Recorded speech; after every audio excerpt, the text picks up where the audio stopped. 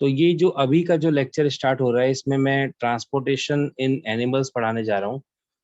Transport कराने के लिए ह्यूमन बॉडी में 3 कंपोनेंट होते हैं, जिसमें पहला कंपोनेंट है ब्लड, दूसरा कंपोनेंट है आपका ब्लड वेसल्स और तीसरा कंपोनेंट है हार्ट। तो यहाँ पर जब हम पहला कंपोनेंट पढ़ेंगे ब्लड, तो ब्लड के बारे में समझेंगे कि ब्लड एक लिक्विड है, फ्लूइड कनेक्टिव टिश्यू है, जो हमारे बॉडी में कई सारी चीज़ों को ट्रांसपोर्ट कराने का काम करेगा। तो इसमें इसके अंदर मेन प्रॉपर्टी है कि ये चीज़ों को अपने में डिसॉल्व करके उन्हें एक जगह से दूसरी जगह लेकर जाता है। इसके अंदर भी कई सारे कंपोनेंट पाए जाते हैं। अब उन कंपोनेंट्स को हम एक-एक करके पढ़ेंगे। तो बेसिकली ये दो चीज़ों में डिवाइड हुआ है। ब्लड का 2 चीज़ है, वो मैं आपको एक छोटी-सी टेबल बना के दिखा रहा हूँ। तो यहाँ पर जो आपको कंपोनेंट दिखाया जा रहा है, ब्लड के कंपोनेंट हैं, जैसे कि 50 से 55% या 60% के आसपास प्लाज्मा होता है। उसके बाद 40% जो है आरबीसीज होती हैं, 35 से 40 ये वेरी कर सकता है, ऐसा कोई दिक्कत नहीं है। और उसमें प्लेटलेट्स 1 से 2% होती हैं और डब्ल्यूबीसीज मिला के, ये टोटल कंपोजिशन। अभी इसके ऊपर और डिटेल पिक्चर्स भी हैं, वो भी मैं दिखाऊंगा। प्लाज्मा में 90% तो वाटर ही है, यानी इस पूरे ब्लड का सबसे ज्यादा जो है प्लाज्मा ही है। और ये स्लाइटली येलो कलर का, हल्का सा पेल येलो कलर का जो है ये होता है। इसमें मेटाबॉलिटीज एंड वेस्ट प्रोडक्ट होते हैं, सॉल्ट होते हैं, प्रोटीन होते हैं, न्यूट्रिएंट्स होते हैं, हार्मोन होते हैं, ये सब फ्लो करता है। यानी कोई अगर आपसे पूछेगा कि ब्लड का मेजर कंपोनेंट कौन है जो ट्रांसपोर्ट करने में हेल्प करता है, ये क्वेश्चन आएगा, याद रखना। Which is the major component of the blood who helps in the transportation of the material? So आपको ये पॉइंट लिखना है वहां पे, प्लाज्मा। प्लाज्मा जो है चीजों को अपने में डिसॉल्व करेगा और एक जगह से दूसरी जगह लेके जाएगा। तो ये तो था इसका एक पार्ट हुआ। चलिए इसके बारे में थोड़ा सा और भी है, वो भी देखा जाए, थोड़ा और डिटेल में समझते हैं। इंडिविजुअल लेवल पे भी आपको इसमें कुछ कुछ पता चलेगा। जैसे 100% ब्लड है, जिसमें 55 से 60% मैंने बोला प्लाज्मा है। अब उस प्लाज्मा का, सपोज जो हमने प्लाज्मा की बात करी, उस प्लाज्मा में क्या क्या होगा? प्लाज्मा में 90% या 91% तो वाटर ही है, जो अभी मैंने आपको बताया था। उसके बाद जो बचा हुआ उसको 2 कैटेगरीज में डिवाइड किया गया, प्रोटीन और वेस्ट। अब इसमें और क्या है, जरा इस चीज को भी देख लिया जाए। प्रोटीन और वेस्ट में क्या क्या आ रहा है? प्रोटीन जैसे कि हमारे लिए एल्बुमिन, ग्लोबुलिन और फाइब्रिनोजन। ये बहुत ही इंपॉर्टेंट पिक्चर है जो मैं आपको दिखा रहा हूँ। ये आपके एग्जाम में तो नहीं आएगी, लेकिन हाँ ओलंपियाड वगैरह में ये बहुत ही इंपॉर्टेंट है। एल्बुमिन स्मॉलेस्ट है, छोटा है, कम है। Most abundant transport fatty acid, ये ट्रांसपोर्ट करता है फैटी एसिड्स को, अपने साथ में मिलाएगा, ये एल्बुमिन मिक्स करके लेके जाएगा। ग्लोबुलिन फैटी एसिड क्या होते हैं आपको ये बताया गया होगा।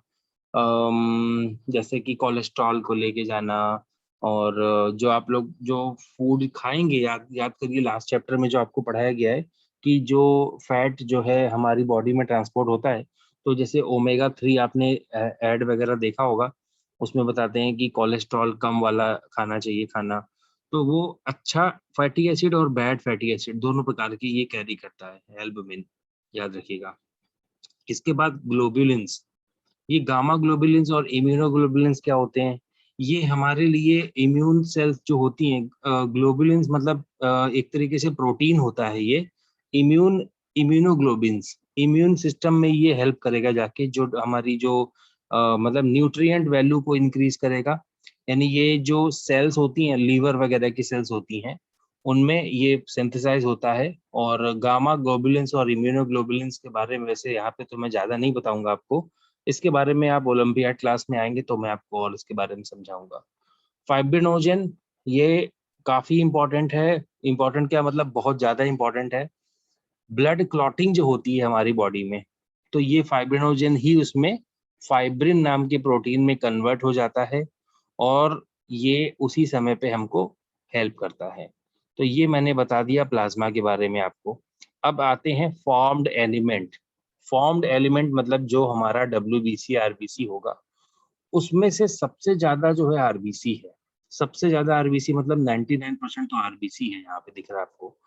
आरबीसी का काम क्या होता है? आरबीसी एक बाई कॉन्केव शेप की सेल होती है, जिसका शेप ऐसा होता है बाइकॉनकेव, मतलब उसके अंदर ना ही न्यूक्लियस पाया जाता है मैच्योर होने पे। एक एडल्ट मतलब एक life span of RBC is 120 days, याद रखिएगा। एक जो लाइफ है आरबीसी की 120 डेज है, उसमें वो कुछ महीने तो बोन मैरो में ही पाई जाती है। जब लास्ट का मंथ आता है उसका, तो वो बाहर निकल के आती है बॉडी से, मतलब बोन्स में से। तो इस तरीके से पर डे लगभग 5 लाख आरबीसीज डेड होती हैं। 5 मिलियन, सॉरी 5 लाख नहीं, 5 मिलियन आरबीसीज डेली डेड होती हैं, और पर डे उतनी ही आरबीसी नई बनती हैं। 5 मिलियन आरबीसी न्यू फॉर्म होंगी। तो वो एक साइकिल बन जाता है, एक पिछली वाली डेड होंगी तो नई वाली बनेगी, एक साइकिल धीरे धीरे क्रिएट होती जाती है। अब और डिटेल में समझिए यहाँ पे इस बात को। आरबीसी के ऊपर एक और केमिकल पाया जाता है, उसका नाम होता है हीमोग्लोबिन। आपको ये मैंने पिछली वाले लेक्चर में समझाया है, जो ऑक्सीजन और कार्बन डाइऑक्साइड कैरी करने का काम करता है। तो ये जो केमिकल है, इसको मैं HB बोल रहा हूँ, ये हीमोग्लोबिन है। अब ये हीमोग्लोबिन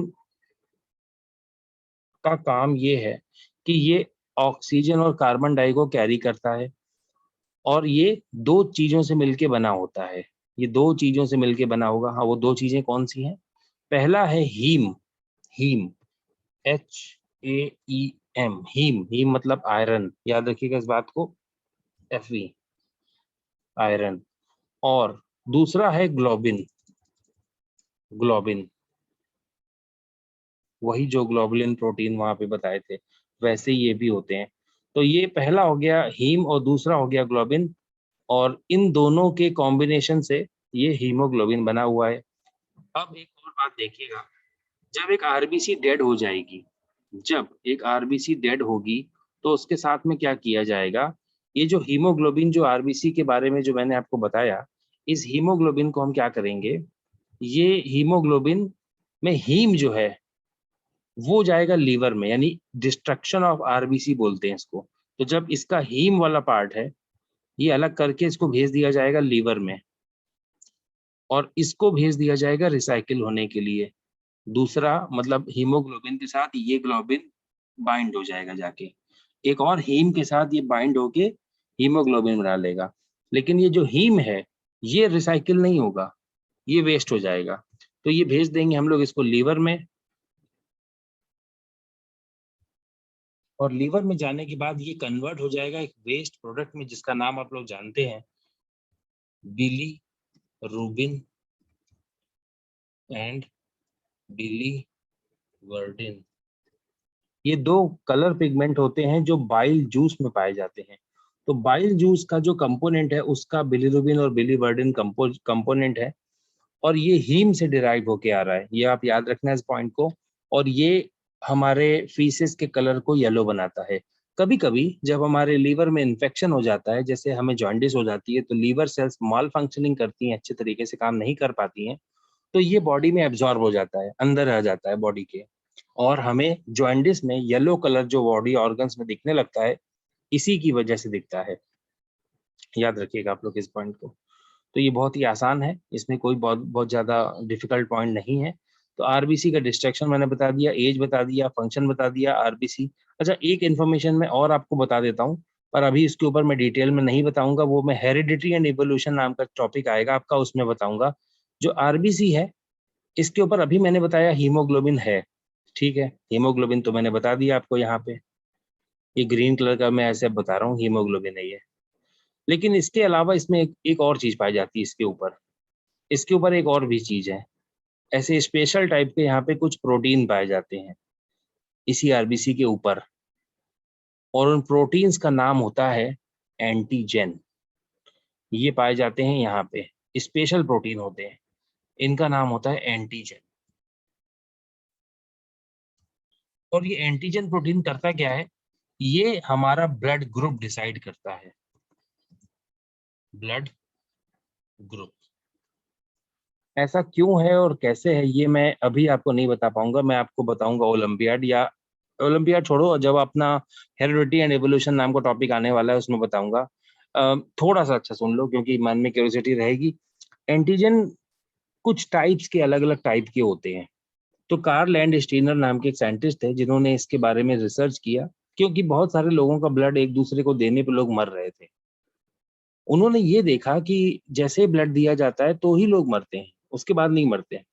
ठीक है भाई, लेकिन उन्होंने क्या किया, ऐसे रिसर्च करके लोगों को एक दूसरे का ब्लड दिया, तो बहुत रिसर्च करने पे उन्होंने कॉम्बिनेशन बनाया ऐसा कि कुछ लोगों का ब्लड कुछ लोगों से नहीं मर रहा था।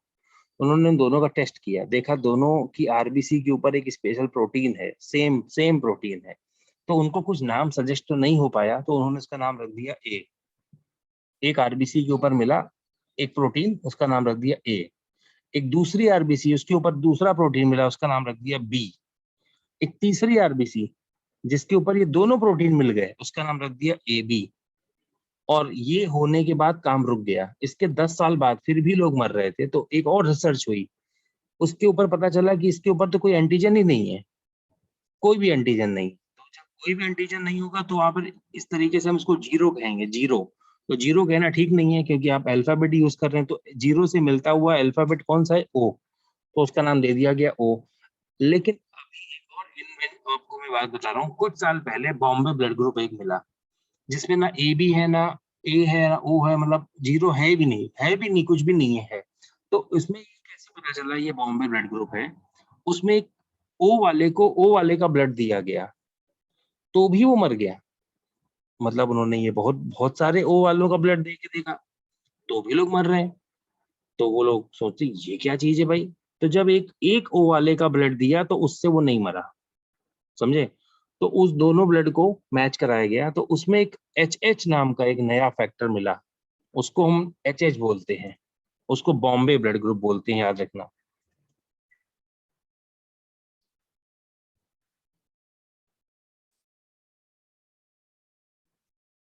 ये एक एच एच होता है। एच एच मतलब ये कहा जाता है कि ये इन सभी का एंसेस्टर है।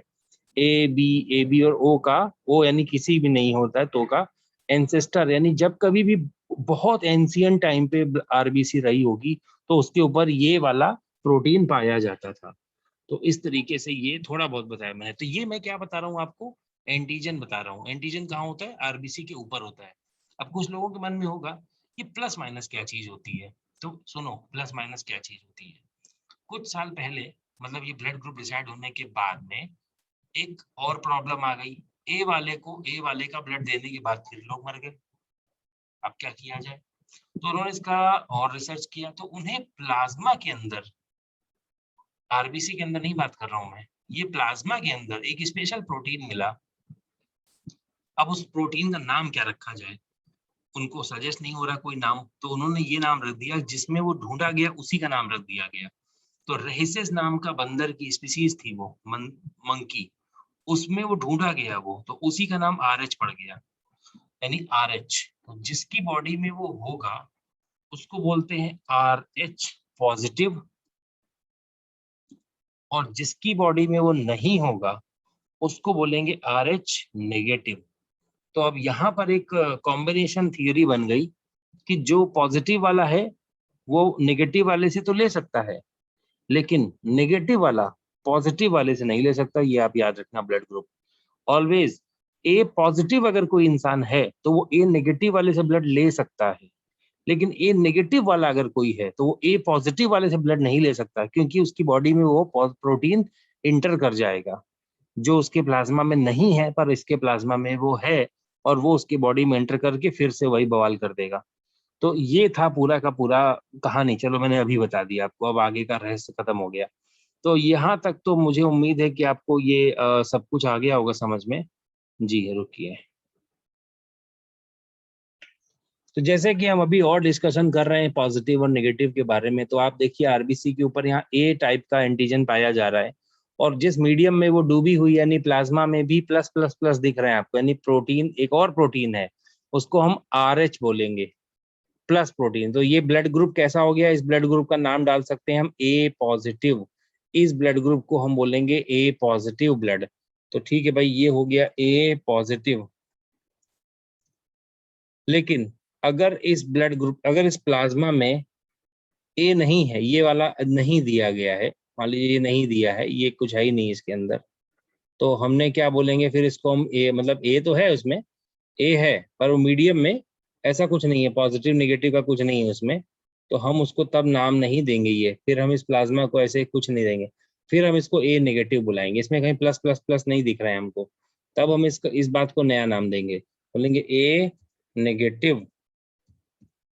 ओके, आई होप आपको ये बात समझ में आ गई होगी। ए वाला तो वही है, पर वो प्लाज्मा की वजह से, प्लाज्मा में जो वो प्रोटीन है उसकी वजह से उसको प्लस और माइनस का नाम दिया जा रहा है। आई होप आपको ये समझ में आ गया होगा।